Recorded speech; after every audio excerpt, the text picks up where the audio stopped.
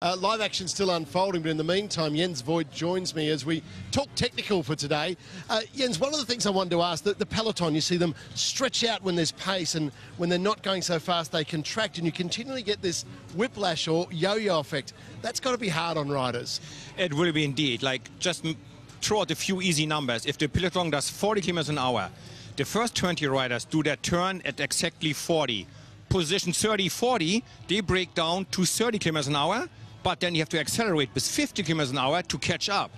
Position 110, they break down to almost a standstill, and they gotta put an enormous effort in chasing back to the group. So that's what we call the whiplash, because you stop and go and you waste so much energy. That's why most riders prefer to stay in the front. You're wasting a lot of energy with that. Right, so just continual catch-up, like a piano accordion. You just stretch Indeed. out, catch up. Perfect way to explain. Unbelievable.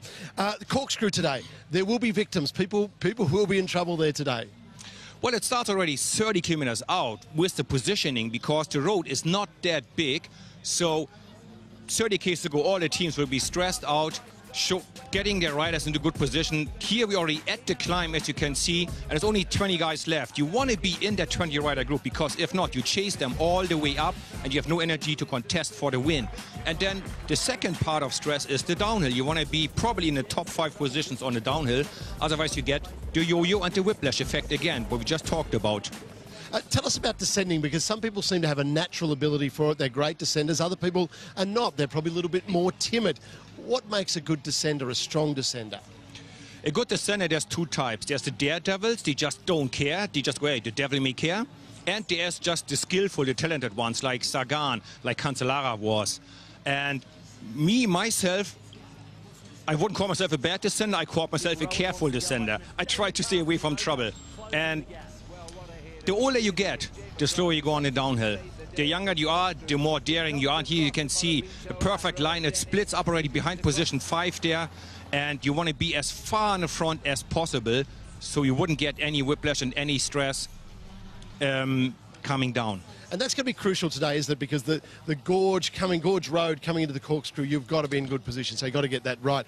Now, you've been into the team cupboard and managed to get for us a musette, which is the French word for the food bag that the riders use. So, Jens, just explain, in the food zone, one of the team members will stand there with this and hand it off to a rider. Yes, so every rider comes out there, he gets his right hand out, grabs the musette like this, gets it on his shoulders, and then sometimes even let both hands go from the handlebar, and then goes through it to put all that stuff in his bottle cages and in his pocket. So let's go through this. What's in it? Yes, let's check it. So you open it up, and inside, so that would be a filled drink bottle? Normally it's 2 bottles, one with sugar or some isotonic sports drink, one just plain water for hydration. Then you get into your bars. Are these rider specific? Would you have your own, what you want to eat in your bag, or is it a team layout? In the teams I have been, normally everybody gets the same exact superstar Fabian Cancellara. He had one with his name written on it with special contents. But normally everybody gets the same stuff. What else in there, Jens? Let's have a look. Oh, okay, a bit of sugary drink. Yeah, a bit of sugar and caffeine to make you awake.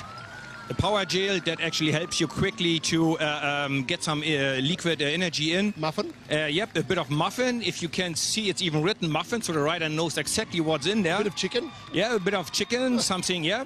A bit more salty, a little bit of protein in there. And well, let's open that one. What is it, BBL, BBC? Something special in there. So really, everything you need. Looks like it's sticky rice with some blueberries or Nutella in there. Right. That looks pretty good. So it's all energy food, all designed to keep you going.